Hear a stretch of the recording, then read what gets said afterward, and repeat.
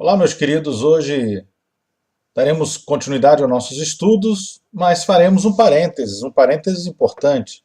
Nós estamos num momento de Páscoa e nada melhor do que fazer esse parênteses e explicar um pouco mais sobre a Páscoa, o que ela significa, como ela surgiu, como ela apareceu no Velho Testamento, como ela se confirma no Novo Testamento, o que Deus tem para nós, qual o impacto, qual é a relevância para o povo de Deus, para os judeus, para os cristãos, qual é a relevância da Páscoa nas nossas vidas. Hoje nós veremos a Páscoa.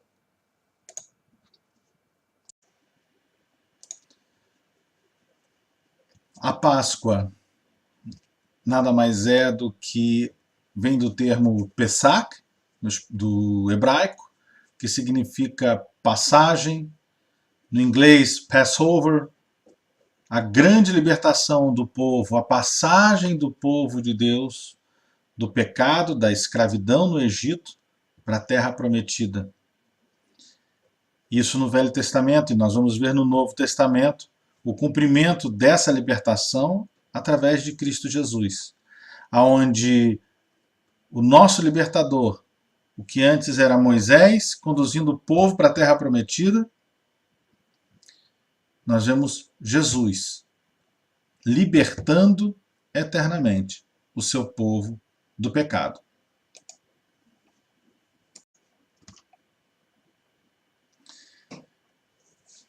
Nosso Deus, Jeová, um Deus de aliança. A Páscoa é mais uma aliança que o Senhor faz com o seu povo. E a palavra aliança, ela tem o significado de trato ou tratado, pacto, contrato ou testamento.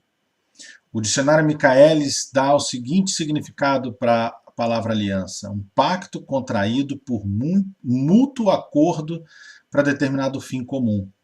Nós vamos ver que Deus, na Bíblia, ele, no Novo Testamento, no Velho Testamento, é sempre um Deus de pacto, um Deus de aliança, um Deus que procura fazer aliança com o seu povo para mostrar os melhores caminhos, o melhor resultado de vida, convidando sempre o povo para andar no caminho certo, no caminho de bênção, no caminho de vitória, no caminho de alegria. E vemos que o povo, quando ele se desvia, ele desobedece às consequências, não porque Deus é mau e castiga, mas porque simplesmente as consequências acabam sendo naturais. Fez as coisas erradas, acaba virando presa fácil para o inimigo, acaba colhendo os frutos de ter plantado algo errado. O famoso ditado: quem planta vento, colhe tempestade. Né? Mas enfim, esse é o nosso Deus, Deus Jeová, um Deus de pactos. A Páscoa é mais um pacto. E nós vamos ver no Velho Testamento várias passagens que explicam o pacto de Deus para conosco e a sua preocupação dessa aliança.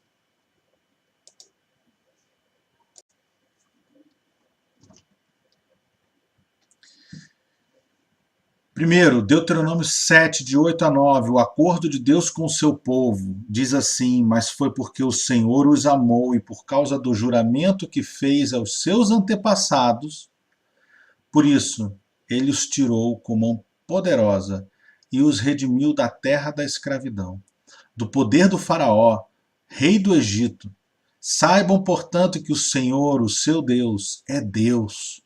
Ele é o Deus fiel que mantém a aliança e a bondade por 1000 gerações daqueles que o amam e obedecem aos seus mandamentos. Segundo, Gênesis 17, de 1 a 3, o compromisso com os patriarcas, quando Abraão estava com 99 anos de idade, o Senhor lhe apareceu e disse: eu sou o Todo-Poderoso. Ande segundo a minha vontade e seja íntegro. Estabelecerei a minha aliança entre mim e você, e multiplicarei muitíssimo a sua descendência. Uma nova aliança, um novo pacto que o Senhor agora está fazendo aqui. Êxodo 6, 7, Deus de Israel: eu os farei meu povo e serei o Deus de vocês. Então vocês saberão que eu sou o Senhor, o seu Deus, que os livra do trabalho imposto pelos egípcios. Deus se referindo, falando com Moisés e se referindo ao povo hebreu que estava como escravo no Egito. Jeremias 31, a nova aliança. Então, chegando os dias, declara o Senhor, quando farei uma nova aliança com a comunidade de Israel e com a comunidade de Judá. Aqui ele já está antevendo e falando de Cristo, apontando para Cristo Jesus. Versículo 32. Não será como a aliança que fiz com seus antepassados, quando os tomei pela mão para tirá-los do Egito, porque quebraram a minha aliança, apesar de eu ser o Senhor deles, diz o Senhor. Aqui o Senhor já está apontando essa aliança que ele faria através de Cristo Jesus. Por isso a nova aliança, em Jeremias, no Velho Testamento. Marcos 14, 24, essa nova aliança. E eu lhes disse, isto é o meu sangue da aliança, que é derramado em favor de muitos. Jesus, na sua última ceia, fazendo essa declaração de aliança, da sua aliança para com o seu povo. Romanos 6, 11, de 26 a 27, o perdão. E assim todo Israel será salvo, como está escrito. Virá de Sião o Redentor que desviará de Jacó a impiedade. E esta é a minha aliança com eles quando eu remover os seus pecados. E os pecados são removidos pelo sangue de Cristo Jesus. Hebreus 9, 15. Bênçãos eternas. Por essa razão, Cristo é o mediador de uma nova aliança para que os que são chamados recebam a promessa da herança eterna, visto que ele morreu como resgate pelas transgressões cometidas sobre a primeira aliança. Hebreus 10, de 19 a 25. Portanto, irmãos, temos plena confiança para entrar no Santo dos Santos, pelo sangue de Jesus, por um novo e vivo caminho que ele nos abriu por meio do véu, isso é, do seu corpo. Temos, pois, um grande sacerdote sobre a casa de Deus. Sendo assim, aproximemo-nos de Deus com um coração sincero e com plena convicção de fé, tendo os corações aspergidos para nos purificar de uma consciência culpada, e tendo os nossos corpos lavados com água pura. Apaguemo-nos com firmeza a esperança que professamos, pois aquele que prometeu é fiel. E consideremos uns aos outros para nos incentivarmos ao amor e às boas obras. Não deixemos de reunir-nos como igreja, segundo o costume de alguns, mas procuremos encorajar-nos uns aos outros, ainda mais quando vocês veem que se aproxima o dia. E aqui já está apontando para a segunda vinda de Cristo Jesus, o grande juízo, quando toda a terra será julgada diante do Senhor. E nós vemos aqui a capacidade que o sangue de Cristo nos deu de dividir, como nós estudamos no passado, o lugar santíssimo, onde nós temos acesso direto ao Pai através de Cristo Jesus, pelo sangue de Jesus. 9. 2 Coríntios 3,6. Ele nos capacitou para sermos ministros de uma nova aliança, não da letra, mas do Espírito, pois a letra mata, mas o Espírito vivifica. A letra aqui é no sentido da lei, que a lei pode matar, o homem pode não conseguir seguir a lei com toda a sua restrição, com toda a sua limitação humana, mas pelo Espírito Santo de Deus, pelo sangue de Cristo Jesus, pela sua graça, que nos vivifica, que nos dá vida, nós conseguimos cumprir a lei, cumprir a aliança, ser obedientes ao Senhor.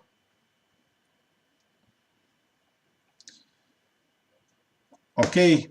Vimos então o que foi a aliança, as alianças de Deus no Velho Testamento, suas respostas no Novo Testamento também. Agora vamos ver como a Páscoa se estabelece. Então vamos lá. Após os 400 anos de sofrimento, e aqui vamos aproveitar que a palavra fermento foi mencionada e vamos fazer um parênteses no que seria o fermento. Só para entendermos. O fermento, ele tem, na Bíblia, ele nos mostra como 3 sentidos. Ele pode ser para o bem, para o mal, ou também pode representar o pecado. Tá? Então, em Mateus 13:33, o fermento, no caso aqui, com um significado bom, positivo. E contou-lhes ainda outra parábola, Jesus falando. O reino dos céus é como o fermento que uma mulher tomou e misturou com uma grande quantidade de farinha, e toda a massa ficou fermentada. Cresceu, se multiplicou. Aqui é uma explicação sobre o reino dos céus. Vai ter lugar para todos. Se multiplica, ele cresce, é abundante. Em Gálatas 5:9 já tem um significado negativo. Um pouco de fermento leveda toda a massa. E 1 Coríntios 5:7-8, no sentido de pecado. Livrem-se do fermento velho, para que sejam massa nova e sem fermento, como realmente são. Pois Cristo, nosso Cordeiro Pascual, foi sacrificado. Por isso, celebremos a festa, não com o fermento velho, nem com o fermento da maldade e da perversidade, mas com os pães sem fermento, os pães da sinceridade e da verdade.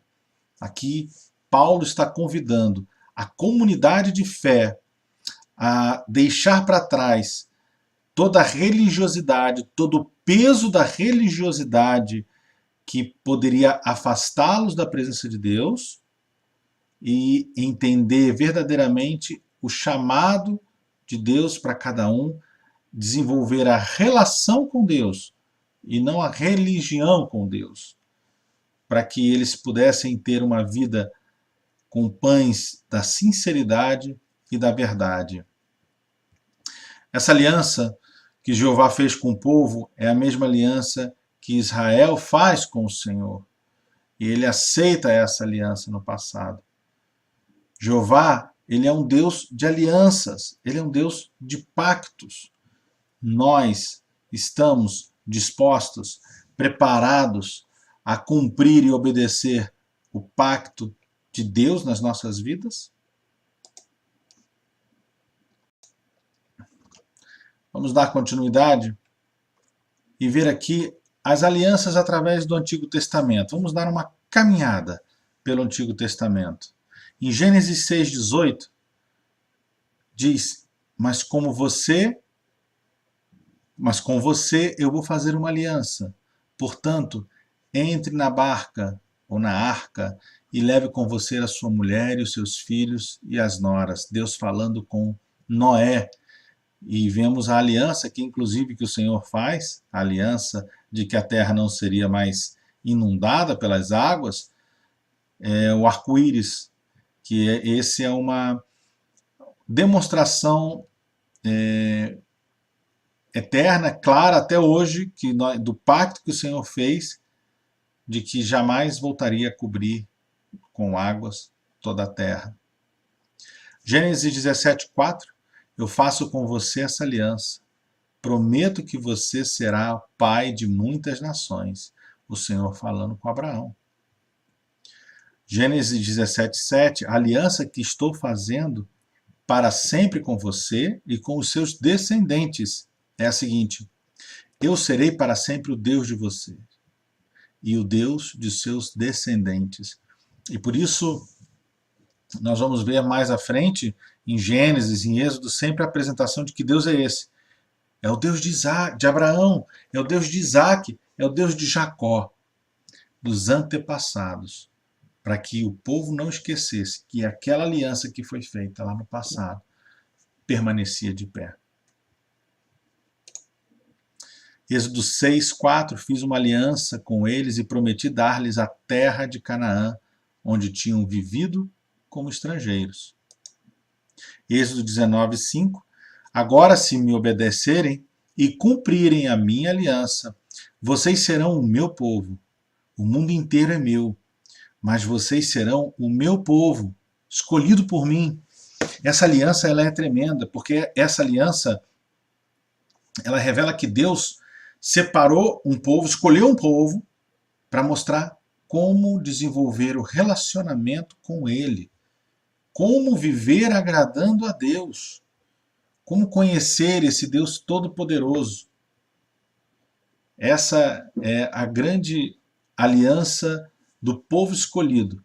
Infelizmente, Israel acaba confundindo e guardando esse Deus somente para ele. E nós vamos ver lá no Novo Testamento, quando Paulo ele percebe que a igreja, quando a igreja se converte, a primeira igreja convertida, que é liderada por Tiago, irmão de Jesus, essa igreja cristã na verdade, era uma igreja judaico-cristã. Era uma igreja de judeus convertidos em Cristo Jesus. E que não aceitava os não-judeus, ou os gentios. Os gentios tinham que se converter ao judaísmo e depois ao cristianismo. E é quando entra Paulo e fala, não é o chamado de Jesus, não é para que eles sejam judeus e sigam e carreguem o peso da lei, como nós temos sobre nós, mas nós somos o povo que o Senhor escolheu e temos essa lei. Mas eles não precisam desse peso. Eles têm Jesus Cristo. E com Cristo Jesus já basta, é suficiente, que é a nova aliança. Levítico 26:44, mas mesmo quando estiverem em terras estrangeiras, eu não os abandonarei, nem os destruirei, pois não quebrarei a aliança que fiz com eles. Eu sou o Eterno, o Deus deles. E é interessante que se a gente for lá na frente, ainda no período do Velho Testamento, nós vamos ver o livramento através da rainha Esther, quando Deus dá a oportunidade de Esther se converter em rainha e livra o povo de Deus de um massacre que ia receber, mesmo estando em terra estrangeira. Deuteronômio 7:9. Lembrem que o Eterno, o nosso Deus, é o único Deus. Ele é fiel e mantém a sua aliança. Ele continua a amar por 1000 gerações aqueles que o amam e obedecem aos seus mandamentos. Você quer que as tuas gerações permaneçam abençoadas por Deus? O Senhor promete a sua aliança por 1000 gerações. Deuteronômio 7:12, se vocês derem atenção a essas leis e as cumprirem fielmente, o Eterno, nosso Deus, manterá a sua aliança e continuará a amá-los, conforme prometeu aos nossos antepassados. E Deuteronômio 29:9, portanto, cumpram todas as condições desta aliança, para que tudo o que fizerem dê certo. Essa é a aliança que o Senhor tem. Ele diz, obedeçam a mim, para que tudo dê certo. É uma promessa. Está nas nossas mãos, para que tudo dê certo. A grande Páscoa. Vamos agora entrar na nova Páscoa, a grande Páscoa com Cristo Jesus. E como que ela começa? Ela começa desde a instituição do Holocausto, aonde nós vamos ver o primeiro sacrifício em Gênesis, aonde Deus mostra que O pecado, para ser limpo, ele precisava ser transferido para outra pessoa ou um animal inocente, puro, e assim era esse holocausto, era feita essa transferência, e nós vimos em aulas passadas também quanto aos cuidados que o Senhor revela ao povo, aos levitas, de como deveria se cuidar com o holocausto. E vamos ver que mais à frente Deus chama o povo para a sua libertação, na Páscoa, no Egito, para a libertação. O povo sacrifica e com este sangue desse animal puro, ali é marcada o sangue da proteção que o Espírito de Deus ia passar e as pessoas não seriam atingidas pela última praga, a 10ª praga. E finalmente, acaba chegando, tudo isso é um preâmbulo para a gente entender o poder dessa transferência de pecado, de maldição, de dores, de transgressões, de feridas, de enfermidades que se faz para outro, para, no caso, um animal puro, porque o animal não tem como errar, não tem como pecar, o animal é inocente por isso. E nós temos aqui Cristo Jesus, sem pecado, puro, perfeito. E ele deixa cair sobre ele toda a culpa, todo o pecado do mundo cai sobre ele. E ele morre. E ele se entrega por todos nós. E ele era o primogênito, o filho do próprio Deus de Israel, do próprio Deus Todo-Poderoso. João 3,16. Porque Deus tanto amou o mundo, que deu o seu Filho unigênito, para que todo o que nele crer não pereça, mas tenha vida eterna. Pois Deus enviou o seu Filho ao mundo, não para condenar o mundo, mas para que este fosse salvo por meio dele. Quem nele crê não é condenado, mas quem não crê já está condenado, por não crer no nome do Filho unigênito de Deus. A Páscoa cristã é uma consequência da Páscoa judaica. Ela veio para justamente substituir em Cristo Jesus o Cordeiro Pascual, a libertação de todo o povo. Vou fazer só um parênteses aqui, né, falando sobre a data da Páscoa, né, que o nosso calendário ele é diferente do calendário judaico, por isso que tem uma ligeira variação entre 22 de março e 25 de abril. A Páscoa ela acaba caindo nesse período por conta dos calendários serem feitos de maneira diferente. Tá? Então é o primeiro domingo após a lua cheia, seguinte à entrada do equinócio de outono do hemisfério sul, ou da primavera no hemisfério norte. Então, a Páscoa é nesse domingo. E só por curiosidade, o carnaval, não é que muita gente pensa que o carnaval a Páscoa vem depois do carnaval, não. E então foi estabelecido, mas isso é na cultura atual, nossa, que nós conhecemos, o carnaval são 47 dias antes da Páscoa, festa da carne, onde as pessoas se liberam, estariam autorizadas a fazer tudo de errado, porque depois viria a remissão dos pecados em Cristo Jesus.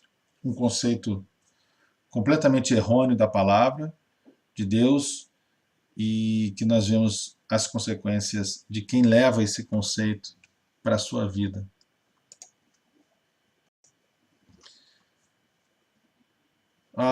Vamos ver aqui algumas profecias cumpridas por Cristo Jesus, o Cordeiro Pascual, com relação à existência de Jesus e também o porquê ele é o Cordeiro Pascual, como ele se declara assim. Mas antes de chegar no Cordeiro Pascual, a Bíblia diz em Salmos 89, Isaías 9, nós vamos ver que o Salvador sairia da descendência de Davi. Ele nasceria de uma virgem.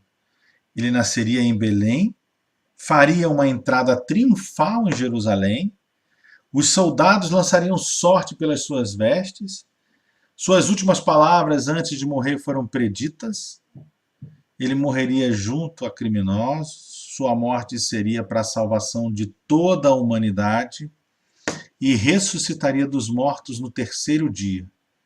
E Jesus confirmou essa ressurreição quando ele se referiu às Escrituras, na passagem de Lucas 24, 46. Ele faz exatamente essa menção. E Pedro confirma, citando essa profecia de Davi, no livro de Atos, capítulo 2. Nós vemos isso também. Vamos caminhar um pouco sobre o cumprimento dessas profecias. Vendido por 30 moedas de prata. No Velho Testamento, Zacarias já dizia: eu lhes disse, se acharem melhor assim, paguem-me, senão, não paguem. Então, eles pagaram 30 moedas de prata. No Novo Testamento, então um dos 12, chamado Judas Iscariotes, dirigiu-se aos chefes dos sacerdotes e lhes perguntou: o que me darão se eu entregar a vocês, entregar a Cristo Jesus? E lhe fixaram o preço, 30 moedas de prata. Os discípulos o abandonaram, mais uma profecia cumprida. No Velho Testamento, Zacarias 13 já dizia: levante-se, ó espada, contra o meu pastor, contra o meu companheiro. Declara o Senhor dos Exércitos: fira o pastor, e as ovelhas se dispersarão, e voltarei minha mão para os pequeninos. O próprio Jesus faz menção dessa profecia se referindo a ele. No Novo Testamento, em Mateus 26, nós vemos: mas tudo isso aconteceu para que se cumprissem as Escrituras. Então todos os discípulos o abandonaram e fugiram. As agressões contra Jesus, no Velho Testamento, Isaías já dizia: ofereci minhas costas àqueles que me batiam, meu rosto àqueles que arrancavam minha barba. Não escondi a face da zombaria e dos cuspes. E Mateus 26 nos diz: então alguns lhes cuspiram no rosto e lhe deram murros. Outros lhe davam tapas e diziam: profetize-nos, Cristo. Quem foi que lhe bateu? Ferido e pisado. Isaías 53, 5. Mas ele foi transpassado por causa das nossas transgressões, foi esmagado por causa de nossas iniquidades. O castigo que nos trouxe a paz estava sobre ele, e pelas suas feridas fomos curados.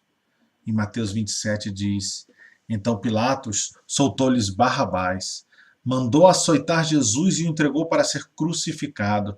Então os soldados do governador levaram Jesus ao pretório, que é a residência oficial do governador romano, e reuniram toda a tropa ao seu redor. Tiraram-lhes as vestes e puseram nele um manto vermelho. Fizeram uma coroa de espinhos e colocaram na sua cabeça. Puseram uma vara em sua mão direita e, ajoelhando-se diante dele, zombavam: salve, Rei dos Judeus! Jesus ficou mudo diante dos seus acusadores. Isaías 53, 7 já dizia: ele foi oprimido e afligido, e contudo não abriu a sua boca. Como um cordeiro foi levado para o matadouro, e como uma ovelha que diante de seus tosqueadores fica calada, ele não abriu a sua boca. Mateus 27 diz: acusado pelos chefes dos sacerdotes e pelos líderes religiosos, ele nada respondeu. Então Pilatos lhe perguntou: você não ouve a acusação que eles estão fazendo contra você? Mas Jesus não lhe respondeu nenhuma palavra, de modo que o governador ficou muito impressionado. Crucificado junto com malfeitores, Isaías também disse: por isso eu lhe darei uma porção entre os grandes, e ele dividirá os despojos com os fortes, porquanto ele derramou a sua vida até a morte, e foi contado entre os transgressores, pois ele levou o pecado de muitos, pelos transgressores intercedeu. Duas coisas. Ele foi contado entre os transgressores, ele foi posto como criminoso. E ele levou o pecado de muitos, e pelos transgressores intercedeu. Jesus orou a favor daqueles que estavam transgredindo. No Novo Testamento nós vamos ver Marcos 15, com ele crucificaram dois ladrões, um à sua direita e outro à sua esquerda, e cumpriu-se a escritura que diz, ele foi contado entre os transgressores. E também vemos que Jesus disse, Pai, perdoa-lhes, pois não sabem o que estão fazendo. Então eles dividiram as roupas dele, tirando sorte. Foi transpassado. Zacarias 12 já disse, e derramarei sobre a família de Davi e sobre os habitantes de Jerusalém um espírito de ação de graças e de súplica.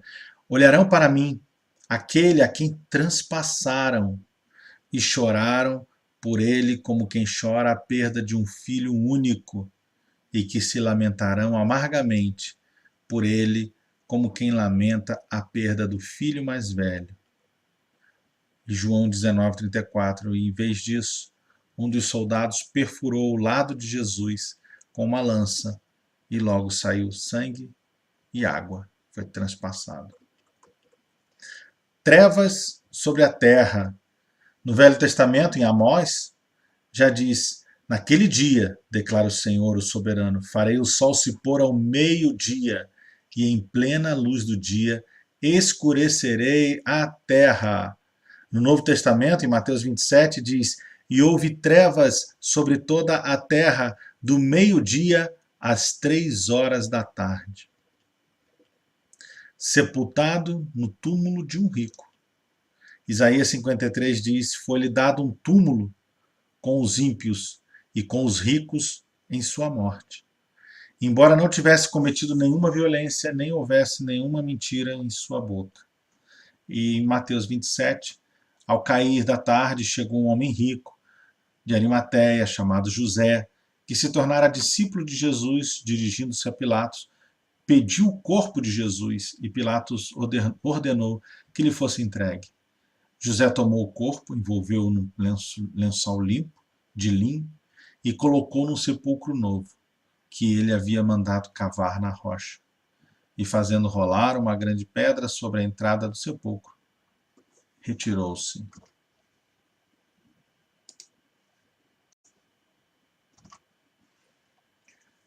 A nova Páscoa com Cristo Jesus, ela está marcada pela morte e ressurreição de Cristo Jesus.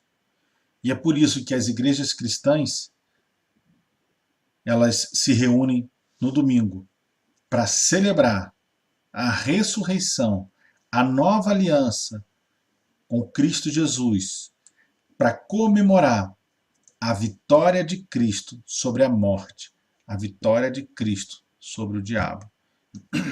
E a ceia do Senhor, ela vem em paralelo. Ela é uma celebração, uma ordenança de Deus, de Cristo, para lembrarmos que aquele pão é o corpo de Cristo, moído por nós. E aquele cálice de suco de vinho, suco de uva, ele é o sangue de Cristo, que veio para nos lavar, para nos salvar. E por isso a igreja, ela periodicamente, ela celebra a ceia do Senhor na sua congregação. A ceia do Senhor é um instrumento de lembrança da salvação de Cristo Jesus, do nosso Cordeiro Pascual, a quem devemos tudo o que temos e que somos. O pão asmo que é servido nessa ceia, ele não tem fermento, de maneira a repetir a mesma tradição da Páscoa judaica. Marcos 14, 24. Então Jesus disse, isto é o meu sangue que é derramado em favor de muitos. O sangue que garante a aliança feita por Deus com o seu povo. A aliança é para todos. E Deus nos convida para uma aliança com Ele. Jesus, através do seu sacrifício, ele nos permite firmar essa aliança. E a pergunta é: você está disposto a firmar essa aliança com Deus através de Cristo Jesus? Você está disposto a entregar a sua vida, a obedecer ao Senhor, a estabelecer essa aliança que Deus quer fazer com você, para você ter uma vida boa, para que lhe vaia bem, como nós vimos? Essa vida com Deus, essa vida em aliança com o Senhor, é uma vida de bênção, é uma vida de promessa divina. Atos 3, 25. As promessas que Deus fez por meio dos seus profetas são para vocês. E vocês fazem parte da aliança que Deus fez com os seus antepassados. Quando disse para Abraão: por meio dos seus descendentes eu abençoarei todas as nações do mundo. Deuteronômio 29, 12. Vocês estão aqui para prometerem que vão cumprir a aliança que o Eterno, nosso Deus, jurou que ia fazer. E Ele está fazendo essa aliança com vocês hoje. O Senhor nos chama para obediência. E é isso que o Senhor quer da nossa vida. Obediência. A aliança do Senhor, a aliança com o Senhor, requer obediência. Deixa a Páscoa, meu irmão, de Cristo Jesus fazer parte da sua vida. Deixe Cristo fazer essa aliança contigo. Desfrute da presença de Cristo Jesus de maneira viva, poderosa, como Ele é. Que essa Páscoa, neste ano, seja uma Páscoa diferente para a sua vida. Seja uma Páscoa de bênção. Seja uma Páscoa onde você entenda que Deus nos mandou o seu Filho para libertação e que podemos ser perdoados pelo sangue de Cristo Jesus. Jesus não morreu em vão. Ele morreu por mim, ele morreu por você, ele morreu para todas aquelas pessoas que nele crê. Para que essas pessoas que nele crê tenham vida e vida em abundância. Que desfrutem da paz que só ele traz. O nosso Cordeiro Pascual. Que Cristo nos abençoe e que essa Páscoa seja uma Páscoa transformadora para as nossas vidas, hoje e sempre, em nome de Jesus. Amém.